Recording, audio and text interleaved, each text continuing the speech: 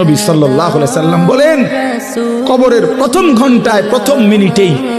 নাফরমান পাপী যখন প্রশ্নের উত্তর দিতে পারবে না,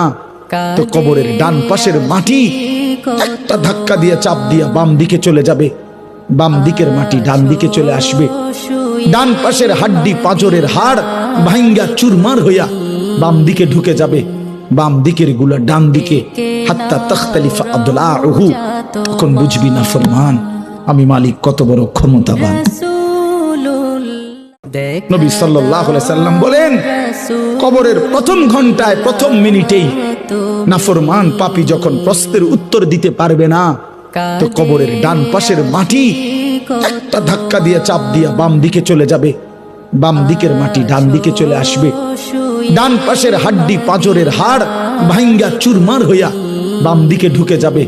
বাম দিকের গুলা ডান দিকে, হাত্তা তাখতালিফা আদলাউহু। তখন বুঝবি নাফরমান আমি মালিক কত বড় ক্ষমতাবান।